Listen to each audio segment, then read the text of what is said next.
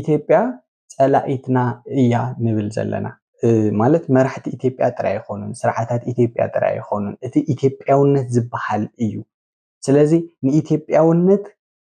ከግዝፉ ዝደልዩ ንኢትዮጵያውነት ከሃንጽዎ ከቀጽልዎ ዝደልዩ መራሕቲ እዮም ጸላእትና ዝኾኑ ዘለው ኣብ ልዕሊ ኢትዮጵያውነት ማለት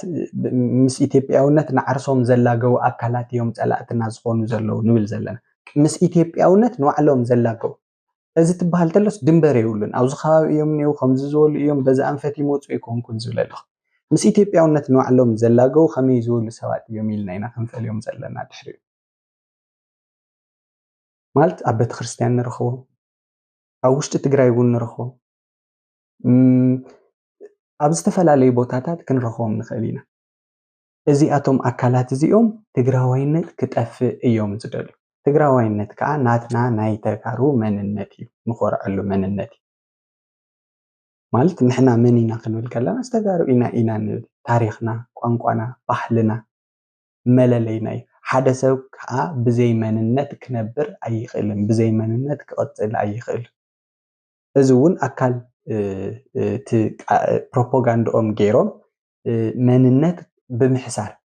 መንነት ብምንኣኣስ ዝምኩሩና ኣካላት ከም ዘለው ይፍለጥ ግን ፈጺሙ ዘይኸውን ሕሶት ዝኾነ ነገር እዩ ዝኾነ ኣካል ኣነ እከለ እየ ከይበለ መንነቱ ብኣግባቡ ከይገለጸ ክነብር ኣይኽእል ኣብዚ ብጣዕሚ ንጹራት ክንከውን ክንክእል ኣለና ማለት ወዲሰብ ንኽበልዕ ጥራይ ወዲሰብ ንኽነብር ጥራይ ስኢሉ ማለት ንምንታይ ኢና ንነብር ዝብል ሕቶ ክንምልስ ከለናስ ካብቶም ንነብረሎም ምኽንያታት ሓደ ታሪኽ ስለዘለና ናይ ወለድና ታሪኽ ክነቐጽል ስለዝግብአና ወለዶኣዊ ሓላፍነት ስለዘለና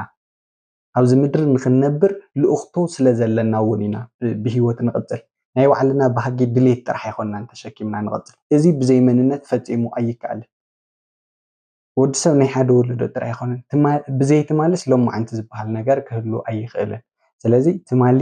ናትና ዝኾነ ነገር ኣለና ወለዲ ኣለውና መንነት ኣለና ሎማዓንቲ ንሕና ኣለና ጽባሕ ከዓ ደቅና ክቕጽሉ እዮም እዚ ንምግባር ኢና ንነብር እዚ ክንገድፍ ኣይንኽእልን መንነትና ክንገድፍ